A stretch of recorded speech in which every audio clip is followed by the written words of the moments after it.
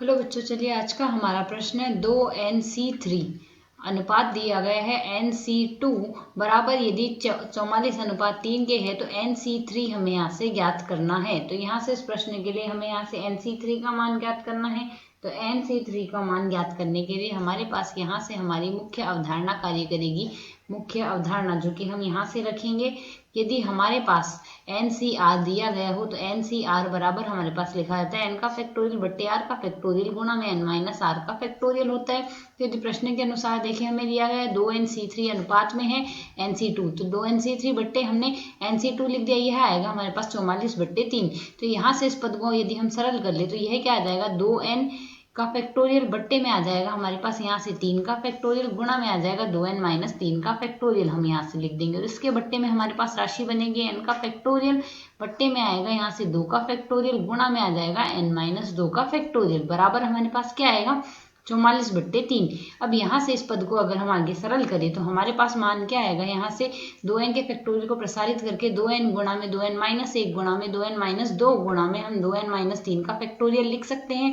और बट्टे में हमारे पास राशि क्या बनेगी, बट्टे में आएगा हमारे पास यहाँ से 3 का फैक्टोरियल गुणा में 2n माइनस 3 का फैक्टोरियल। और जो बट्टे की राशि है उसको हम सरल कर लें, 2 और n माइनस 2 का फैक्टोरियल तो ऊपर आ जाएगा और बट्टे में यहाँ से आएगा n गुणा में n माइनस 1 गुणा में n माइनस 2 का फैक्टोरियल बराबर यह हमारे पास बनेगा यहाँ से 44/3 हमारे पास मान आ गया। अब यदि हम यहाँ से सरल करें तो जैसा कि हम देख सकते हैं 2n माइनस 3 का फैक्टोरियल 2n माइनस 3 से कट गया और साथ ही n से कट जाएगा और यहाँ से हमारे पास n माइनस 2 का फैक्टोरियल n माइनस 2 के फैक्टोरियल से कट जाएगा।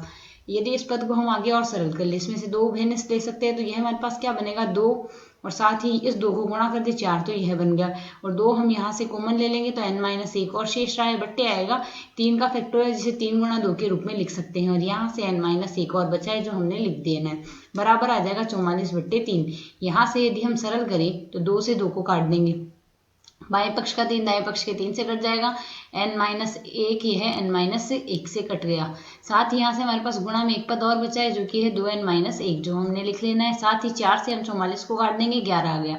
यदि हम आगे सरल करें तो 2n माइनस 1 बराबर हमारे पास बन रहा है यहाँ से 11 और यदि हम 2n बराबर लिखना चाहें तो 11 प्लस 1 बराबर आ जाएगा 12। तो n बराबर आ गया हमारे पास 6, n का मान 6 आ गया। प्रश्न के अनुसार हमें ज्ञात क्या करना है NC3, तो NC3 हमारे पास अब यहाँ से क्या लिखा जाएगा NC3 बराबर आ जाएगा हमारे पास 6C3। सरल करें तो 6 का फैक्टोरियल बट्टे 3 का फैक्टोरियल गुणा में आएगा 6 माइनस 3 का फैक्टोरियल। इसे सरल करेंगे तो 6 का फैक्टोरियल बट्टे में आएगा 3 का फैक्टोरियल गुणा में आएगा 3 का फैक्टोरियल। तो यदि हम यहाँ से 6 के फैक्टोरियल को प्रसारित करते तो मान क्या आ गया हमारे पास, 6 का फैक्टोरियल प्रसारित करके लिखा जा सकता है हमारे पास यहाँ से 6 गुणा 5 गुणा 4 गुणा 3 का फैक्टोरियल आ गया, बट्टे में आ रहा है 3 का फैक्टोरियल गुणा में आ रहा है 3 के फैक्टोरियल को 3 गुणा 2 लिख सकते हैं। सरल करें तो 3 का फैक्टोरियल 3 के फैक्टोरियल से कट जाएगा, 3 गुणा 2 हमने 6 से काट दिया, 5 4 आ गया 20। तो यहाँ से दिए गए प्रश्न का हल आएगा 20। आशा समझ आया, धन्यवाद।